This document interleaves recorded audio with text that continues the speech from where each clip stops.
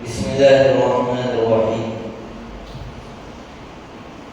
الحمد لله نحمده ونستعينه ونستغفره ونؤمن به ونتوكل عليه ونعوذ بالله من شرور أنفسنا ومن سيئات أعمالنا.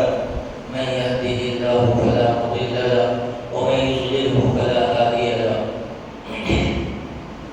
ونشهد أن لا إله إلا الله وحده لا شريك له ونشهد أن سيدنا مولانا محمدا عبده ورسوله.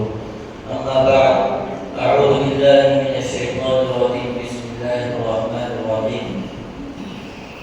يا أيها الذين آمنوا أطيعوا الله وأطيعوا الرسول وأولي الأمر منكم فإن تنازعتم في شيء فردوه إلى الله والرسول إن كنتم تؤمنون بالله واليوم الآخر ذلك خير وأحسن تأويلا.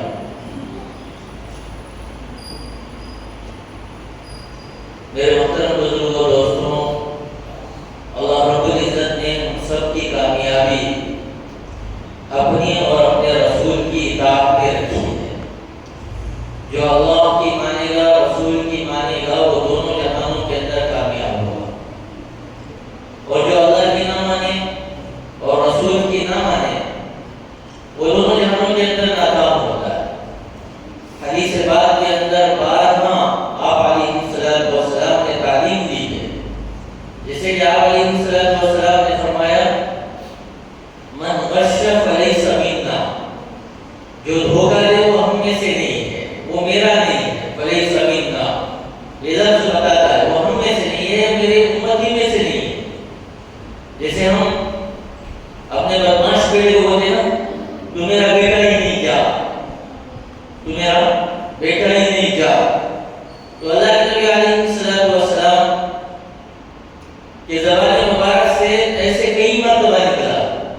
جیسے نکاح کے معاملے میں نکلا ہے، النکاح من سنتی، نکاح تو میری عادت ہے. سارے نبیوں نے نکاح کیا، سارے نبیوں نے نکاح کیا ہے. دنیا میں ایسے کوئی بھی نبی نہیں آیا سوائے یہ کہ حضرت یحییٰ علیہ السلام کے، کہ جنہوں نے نکاح نہ کیا ہو. ہر نبی نے نکاح کیا. اور اللہ کے نبی نے فرمایا کہ نکاح میری عادت ہے، نکاح میری عادت ہے. اور میرے کام کو میرے طریقے پر کرو، میرے کام کو میرے طریقے پر کرو. کسی مزدور کو ہم مزدوری پر رکھ لیتے ہیں، کسی مزدور کو مزدوری پر ہم رکھ لیتے ہیں. جیسے آج کل کا زمانہ ہے، انجینئر لوگ بہت سے مستریوں کو رکھتے ہیں اپنے پاس. اگرچہ کہ ان کا ایکسپیرینس رہتا ہے کتنے سال کا، کسی کا 50 سال کا، 20 سال کا، 30 سال کا. اس کے بعد انجینئر کیا ہوتا ہے، کام ویسے کرو جیسے ہم کہتے ہیں. انجینئر کا بھی نوجوان رہتا ہے، ابھی ڈگری لے کر آیا رہتا ہے. وہ کہتا ہے کہ تمہارے طریقے پر کام نہ کرو، اب تک تم کرتے رہے، تمہارے دماغ میں کیسا اچھا لگا تم کرتے رہے. لیکن آج کے بعد تمہیں کام کرنا ہے تو ہم تمہیں کام دیں گے، لیکن آپ ہمارے طریقے پر کام کریں. آپ ہمارے طریقے پر کام کریں تو آپ کو مزدوری بھی ملے گی، آپ کی دنیا میں آپ کے روزی کا مسئلہ بھی حل ہوگا. اگر آپ اپنی چلائیں گے، نوجوان بچے سے، نوجوان انجینئر سے کوئی بڑا مستری یہ نہیں کہتا میں تو 50 سال کا تجربہ رکھتا ہوں، میں تیری کیوں مانوں، میں تیری کیوں مانوں. انجینئر سے کوئی کہتا ہے؟ نہیں کہتا. لیکن دین کے معاملے میں لوگ کہتے ہیں، دین کے معاملے میں لوگ کہتے ہیں. بہت سے علماء کرام جو پڑھ کر آئے ہیں، ان سے عمر میں بڑے جو ان کے لوگ ہوا کرتے ہیں، یہ تو ہمارے سامنے کا بچہ ہے، یہ ہمیں حلال و حرام بتائے گا، یہ ہمیں حلال و حرام بتائے گا. تو اللہ کے نبی علیہ السلام نے فرمایا کہ اللہ نے کامیابی اسی کے اندر رکھی ہے کہ دین پر چلو. دین کیا ہے؟ اللہ کا حکم، نبی کا طریقہ. دین کیا ہے؟ اللہ کا حکم، نبی کا طریقہ. یہ کون بتائیں گے؟ اہل علم بتائیں گے. اللہ نے قرآن مجید میں کیا فرمایا، فاسألوا اہل الذکر، علم والوں سے پوچھو، قرآن والوں سے پوچھو، علم والوں سے پوچھو، قرآن والوں سے پوچھو، تاکہ تمہاری حفاظت ہو جائے. اس سے غلط راستے پر چلنے سے، گمراہ لوگوں کے ہاتھوں پر چڑھ جانے سے تمہاری حفاظت ہو جائے گی. اگر پوچھ کر نہ چلو گے تو غلط راستے پر چلو گے.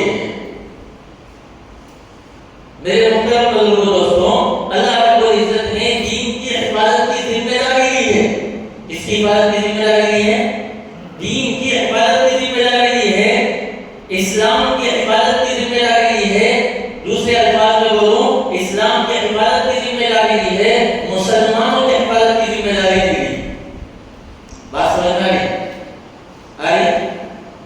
اسلام کی حفاظت کی ذمہ داری لی ہے، مسلمانوں کی حفاظت کی ذمہ داری نہیں لی. اللہ نے کہا کہ اِنَّا نَحْنُ نَزَّلْنَا الذِّكْرَ، دین اسلام جو قرآن کے ذریعے سے اللہ تعالیٰ نے اپنے بندوں تک پہنچائی ہے، اس کی حفاظت اللہ کریں گے. اسلام کی قیامت تک یہ دین رہے گا. مسلمان اس دین کو سیکھے، اس کی حفاظت کے لیے کھڑے ہو جائے تو ان کی بھی حفاظت ہو جائے گی. اللہ نے جس کی حفاظت کی ذمہ داری اپنے آپ پر لی ہے، اگر اس کی محنت کے اندر ہم لوگ کھڑے ہو جائیں گے تو ہماری بھی حفاظت ہو جائے گی. ہم لوگ کیا سمجھتے ہیں؟ ہمارے وجہ سے اسلام کی حفاظت نہیں، ہماری حفاظت اسلام کی وجہ سے، مسلمانوں کی حفاظت اسلام کی بنیاد پر ہے. اسلام کی حفاظت مسلمانوں کی بنیاد پر نہیں ہے. وہ تو اللہ نے ذمہ داری لی ہے کہ آپ کے دین کو اللہ رب العزت قیامت تک باقی رکھیں گے. اگر ہم مسلمانوں کے گھروں کے اندر پیدا ہونے والے اللہ اور اس کے رسول کی بات کو مان کر زندگی گزار رہے ہیں تو اللہ ہمیں کامیاب کریں گے. اگر نہیں مانتے ہیں، اللہ نے کہا وَإِن تَتَوَلَّوْا يَسْتَبْدِلْ قَوْمًا غَيْرَكُمْ ثُمَّ لَا يَكُونُوا أَمْثَالَكُمْ. اگر تم نہیں مانتے تو اللہ تبارک و تعالیٰ ایسی قوموں کو پیدا کریں گے.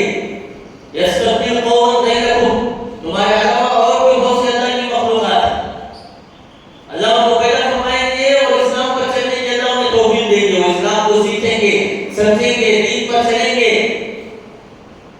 اللہ کسی کے محتاج نہیں ہے. اللہ کسی کے محتاج نہیں ہے. ہم کیا سمجھتے ہیں؟ ہم چلیں گے اسلام باقی رہے گا، ہم چھوڑ دیں گے تو اسلام مٹ جائے گا، دین مٹ جائے گا. ایسا نہیں. مسلمانوں کی حفاظت اسلام کی بنیاد پر ہے. مسلمانوں کی حفاظت اسلام کی بنیاد پر ہے. جب بھی انہوں نے اسلام کو چھوڑا، اللہ کی مدد ہٹی ہے اور اللہ کی طرف سے حفاظتی نظام ان کے اوپر سے ختم ہو گیا. واقعہ بڑا مشہور ہے نا. حضرت عمر بن عاص رضی اللہ تعالیٰ عنہ کفار پر لشکر کشی کی، کفار پر حملہ کیا. کئی دن سے ایک قلعے کو گھیر لیا تھا، وہ قلعہ فتح نہیں ہو رہا تھا. امیر المؤمنین حضرت عمر بن خطاب رضی اللہ عنہ کو خط لکھا. کئی دن مجاہدے گزر رہے ہیں، بڑی تکلیف کے گزر رہے ہیں، قلعے کو اپنے دشمن کے گھیر لیا ہے لیکن فتح نہیں ہو رہا. تو حضرت عمر بن خطاب رضی اللہ تعالیٰ عنہ نے کیا لکھا؟ تھوڑا اور لشکر بھیجوں، تھوڑا اور لشکر بھیج دوں، سپاہیوں کی کمی ہوگی. تھوڑا بارود اور بھی بھیج دوں، تھوڑی تلواریں اور بھی بھیج دوں. جواب یہ نہیں تھا.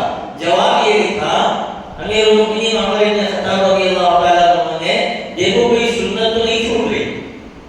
کیا لکھا؟ دیکھو کوئی سنت تو نہیں چھوٹ رہی. غور کیا گیا؟ سنت کون سی چھوٹ رہی ہے؟ اللہ کے نبی علیہ السلام کی کون سی سنت چھوٹ رہی ہے؟ جب غور کیا گیا تو مسواک کی سنت چھوٹ رہی ہے. کہاں؟ جہاد کے سفر میں نکلے. کہاں نکلے ہیں؟ جہاد کے سفر. اور جہاد کا سفر اتنا اونچا سفر ہے، اتنا اونچا سفر ہے، اللہ اکبر. جہاد کے میدان میں ایک لمحے کے لیے کھڑا ہونا 700 سال کی عبادت سے بہتر. جہاد کے سفر میں ایک لمحے کے لیے کھڑا ہونا 700 سال کی عبادت سے بہتر. اتنا اونچا سفر ہے کہ ایک سنت چھوٹی. مسواک سفر میں یاد نہیں تھا، مسواک کی سنت چھوٹ رہی تھی تو دیکھا کہ مسواک کی سنت چھوٹ رہی ہے. سب مسواک کرنے لگے. کفار نے جب دیکھا بیٹی کیا معاملہ ہے، چھان کر دیکھنے لگے. سب یہ تو اپنی دانتوں کو تیز کر رہے ہیں. حیرت دلوں کے اندر ایسی پڑ گئی، اب تک تو یہ تلوار لے کر کھڑے تھے، دانتوں کو تیز کر رہے ہیں، کہیں کچا نہ چبا ہے. قلعہ چھوڑ کر بھاگ گئے. ایک سنت کی یہ برکت ہوا کرتی ہے. تو اسی لیے اللہ رب العزت نے فرمایا اگر دنیا کے اندر اللہ کی مدد چاہتے ہو، اپنی حفاظت چاہتے ہو، اپنی عزت چاہتے ہو تو ایمان پر آؤ، اطاعت پر آؤ. کس کی اطاعت پر آنی ہے؟ کس کی مان کے چلنا ہے؟ اللہ اور اس کے رسول کی ماننا ہے. اللہ اور اس کے رسول کی ماننا ہے. اسی کا حکم اللہ رب العزت نے فرمایا یا ایھا الذین آمنوا اطیعوا اللہ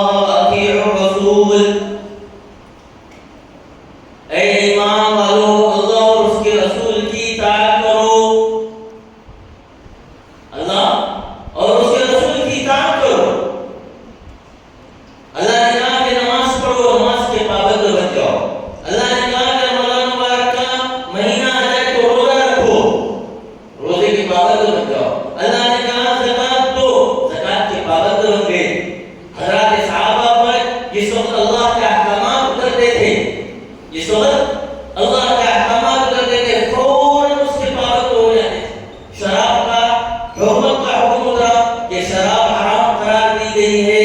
حضرات صحابہ فرماتے ہیں ہم نے اس دن مدینے کے نالیوں کو دیکھا کہ شراب ایسے بہ رہا ہے جیسے برسات کے مہینے میں برسات کا پانی بہتا ہے. اور روایت میں یہاں تک دیکھا کئی مہینے بعد ابھی جب برسات ہوئی مدینہ المنورہ کے اندر تو مدینے کی گلیوں میں شراب اتنا بہایا گیا تھا جس وقت برسات ہوتی تو شراب کی خوشبو پھر نکلتی. شراب کی جو بو ہوتی ہے پھر وہ بھولے.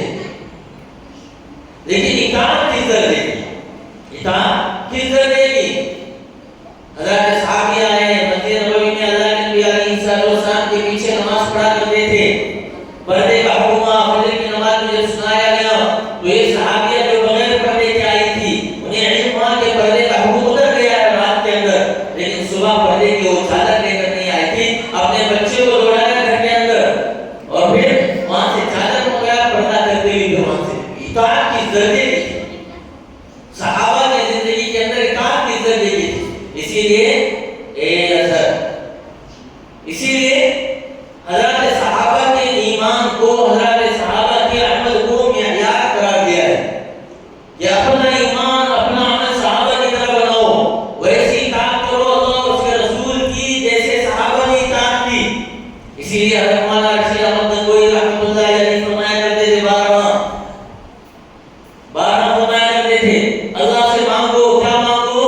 کہ یا اللہ ہمیں اللہ کے نبی سے ایسی محبت کرنے کی توفیق عطا فرما جیسے صحابہ محبت کرتے ہیں, جیسے صحابہ اطاعت کرتے ہیں آپ کی.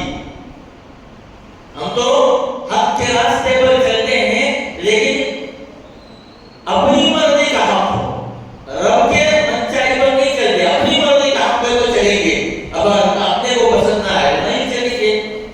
تو اللہ نے صحابہ کی زندگی کو بیان کیا.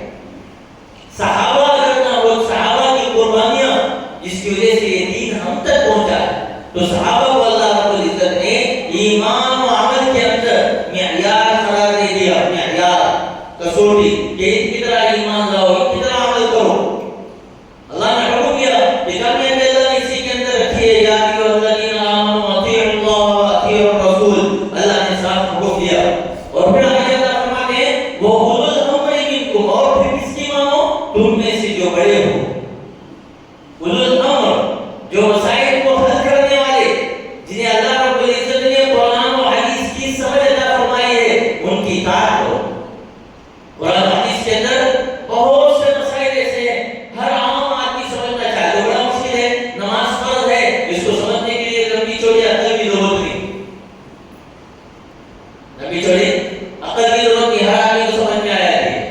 فجر ہے, ظہر ہے, عصر ہے, مغرب ہے, عشاء ہے. کچھ مسائل جس کے اندر اختلافات پیدا ہوتے ہیں تو اس کے اندر اللہ رب العزت نے فرمایا وہ اولو الامر منکم, تم میں سے جو اہل علم ہیں ان کی اطاعت کرو. اچھا, اہل علم کیا کریں گے؟ علم والے کیا کریں گے؟ جن مسائل میں ظاہری طور پر کبھی بھی قرآن و حدیث کے اندر کوئی اختلاف نہیں ہوتا, لیکن ہمارے سمجھ کے اندر اختلاف ہوتا ہے, ہم دونوں کو جوڑ نہیں پاتے. کیا نہیں کر پاتے؟ ہم دونوں کو جوڑ نہیں پاتے, جس کی وجہ سے ہمیں اختلاف نظر آتا ہے. جیسے ظاہری اعتبار سے شراب کو اللہ رب العزت نے شروع میں کیا کر دیا؟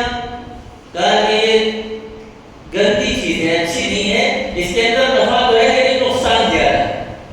آپ سے صحابہ سوال کرتے ہیں یسألونک عن الخمر والمیسر قل فیہما اسم کبیر ومنافع للناس.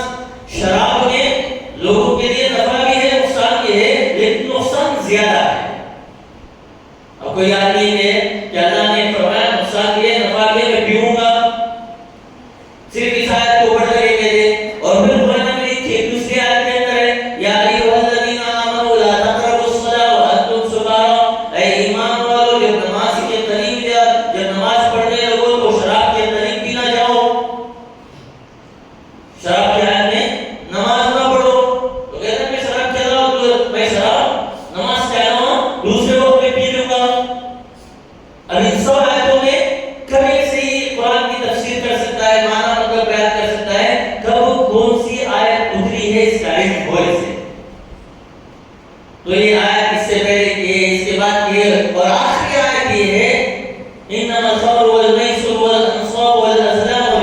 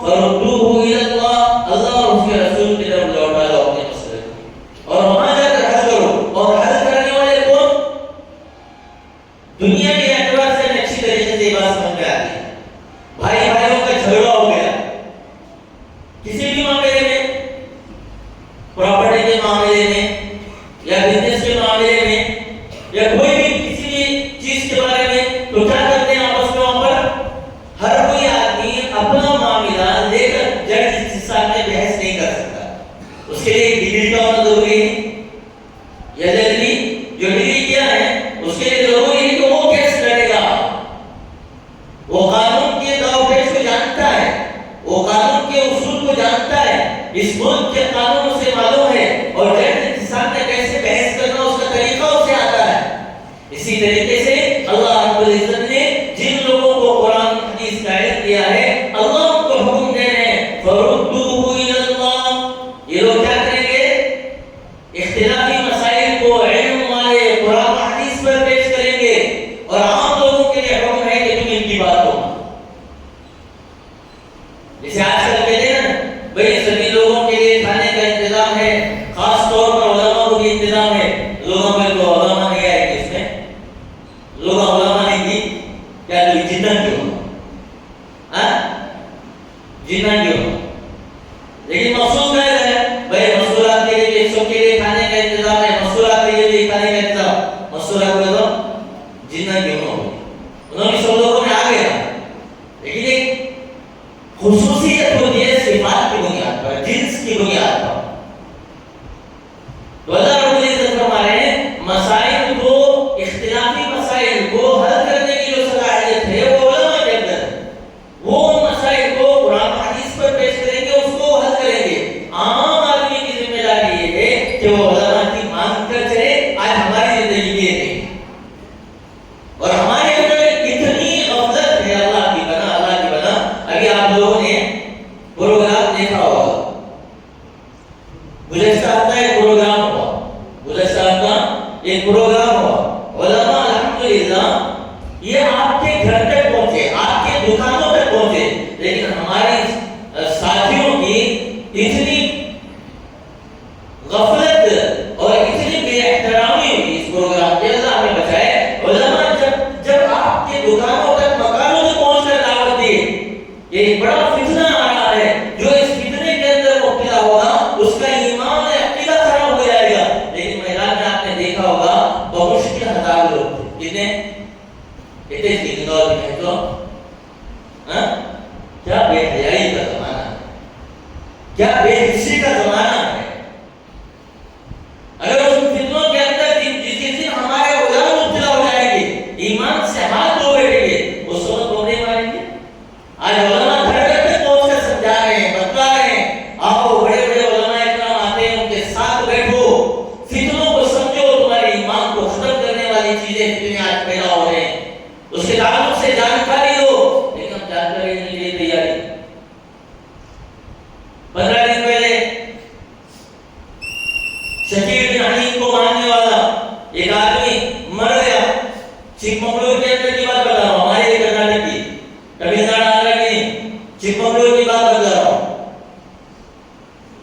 اور اس سے پہلے جو میں نے بتایا تھا شکیل بن حنیف کون ہے، اس کے دو دعوے تھے، ایک حضرت عیسیٰ علیہ السلام کے ہونے کا کہ میں عیسیٰ ہوں، میں عیسیٰ ہوں، اور ایک اور اس سے یہ کہ میں ہی امام مہدی ہوں، میں ہی امام مہدی ہوں۔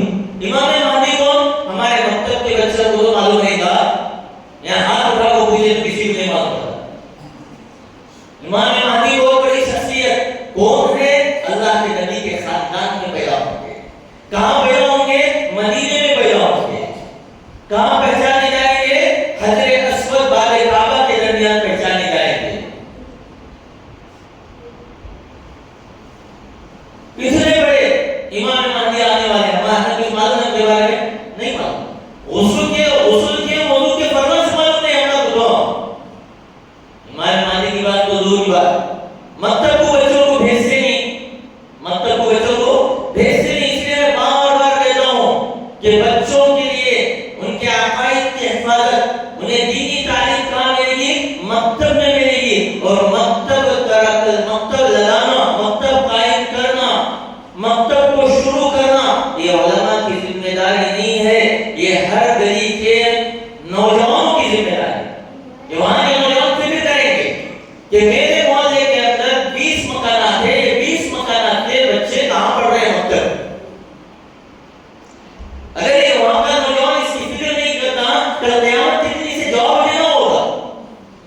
اللہ نے تجھے عقل دی تھی، جوانی دی تھی، اپنے بچوں کے تعلق سے تو نے کہاں تک فکر کی؟ بڑوں کے تعلق سے وہ علماء سے اپنے کو بھی جوڑتا، اپنے ساتھیوں کو بھی جوڑتا، قرآن حدیث کی تعلیم سے حاصل کرتا، اپنے عقائد کو درست کرتا۔ ابھی میں کہا نا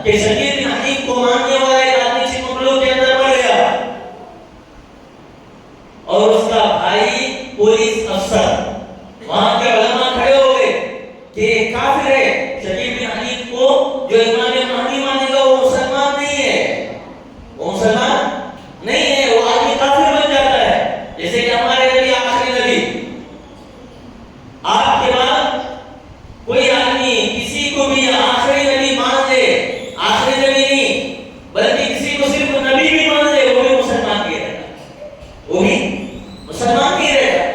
حضرت عیسیٰ علیہ السلام جو آئیں گے وہ نبی بن کر نہیں، امتی بن کر آئیں گے۔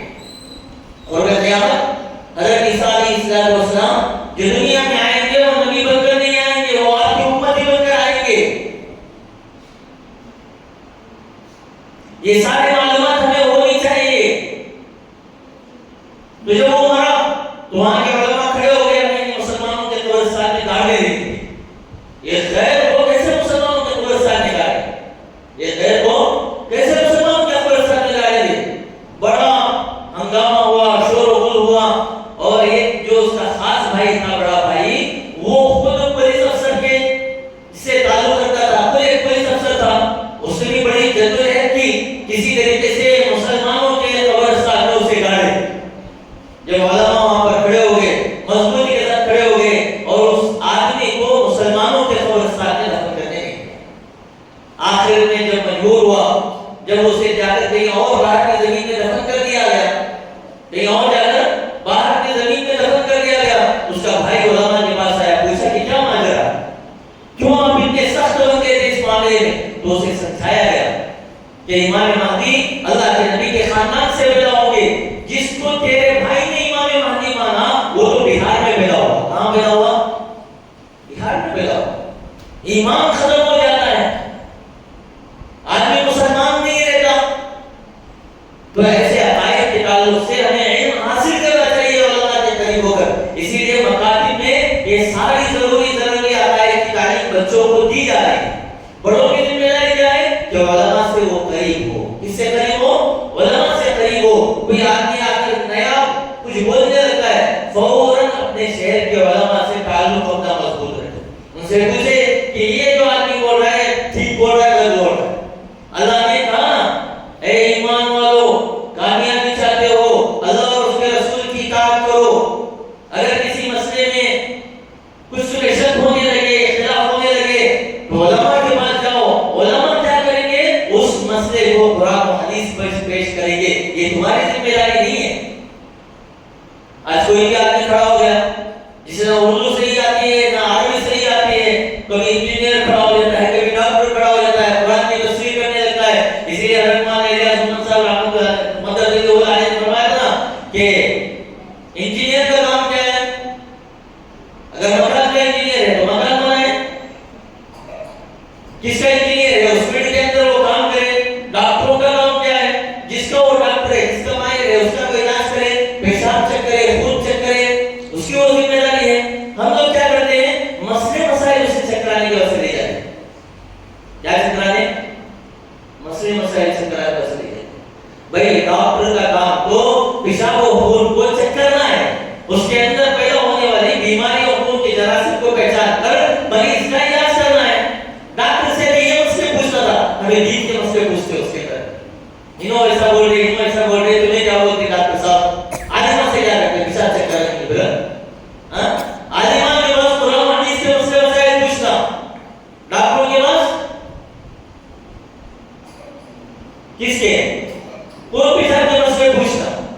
ہمیں الٹے کر دیتے، خالی الٹے رواج۔ یہ دیکھنا عالمہ کا حال یہ ہو چکا ہے، جس سے منع کرو وہی کام کرتے۔ یہ انسان کو دنیا اور آخرت کے اندر ناکام کرنے والے، گمراہی کی طرف لے کر جانے والے کام۔ اس لیے اس کی سب سے پہلی سیڑھی کیا ہے؟ ہر محلے کے اندر، ہر گلی کے اندر مکتب کو قائم کرنا۔ اگر مکتب نہیں ہے اس گلی کے اندر، کم از کم پورے محلے کے اندر ایک مکتب ہو جائے، اور پھر اپنے بچوں کو پابندی سے لے جا کر چھوڑنا، انہیں قرآن پڑھنا آ جائے، ان کے عقائد وہاں پر سکھائے جاتے ہیں، ان بچوں کی نگرانی کرنا، یہ باپ کی ذمہ داری ہے۔ اور جو اس کے لیے سارے لوگ مشورے طے کریں، اس کی فیس کو ادا کرنا۔ آج ہمیں دنیا کے لیے خرچ کرنا سمجھ میں آتا ہے، دین کے لیے خرچ کرنے کی بات سمجھ میں ہی نہیں آتی۔ اللہ جسے توفیق دے وہ خرچ کرتے ہیں اور اپنے آخرت کو بنا لیتے ہیں۔ اللہ سے دعا کریں کہ اللہ تبارک و تعالیٰ جو کچھ کہا گیا، سنا گیا، اللہ تبارک و تعالیٰ اپنی باتوں پر عمل کرنے کی توفیق عطا فرمائے۔ اور آخری اعلان، ہر جمعہ کرتے بھی آ رہے ہیں، ہمارے پلروں کا کام 7 فٹ تک مکمل ہو چکا ہے. یہ مسجد کے اوپر کا کام شروع ہونے والا ہے. کیوں کر رہے ہیں؟ نیچے جتنے لوگوں کو پیسہ دیا بسنے والے وہ کریں گے نہیں. یہ تو اوپر کی مسجد میں طلبہ کا مدرسہ ہوگا اور سامنے کی بلڈنگ لڑکیوں کا مدرسہ ہوگا. بہت ضروری ہے لڑکیوں کے اندر بھی دینی تعلیم دینا. اس لیے سامنے والی بلڈنگ جو ہے وہ لڑکیوں کا مدرسہ ہوگا. اور یہ مسجد اوپر کا حصہ جہاں پر بچے صبح سے لے کر شام تک قرآن مجید کو پڑھیں گے. جو لوگ تعاون کریں گے اس کے اندر انہیں اللہ اجر و ثواب عطا فرمائے گا. تو 1,10,000 کی اینٹوں کی 1,10,000 روپے اینٹوں کی قیمت مکمل جو 4 دیواری اس کی بننے والی ہے 1,10,000 روپے کی اینٹیں اس کے اندر رکھتی ہے. اور ایک اینٹ کی قیمت 65 روپے. کتنے ہیں؟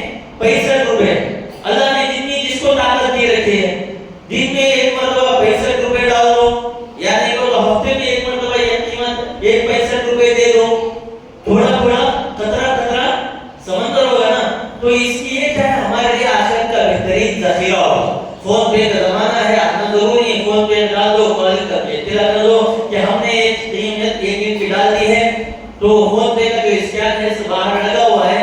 آپ حضرات سے گزارش ہے کہ جاتے ہوئے تعاون کرتے ہوئے جائیں. اللہ تبارک و تعالیٰ جو کچھ ہم دین کا کام کر رہے ہیں اخلاص کے ساتھ کرنے کی توفیق عطا فرمائے اور اللہ تبارک و تعالیٰ اپنی بارگاہ میں اس کو قبول فرمائے اور ہمارے لیے آخرت کا بہترین ذخیرہ بنائے. وآخر دعوانا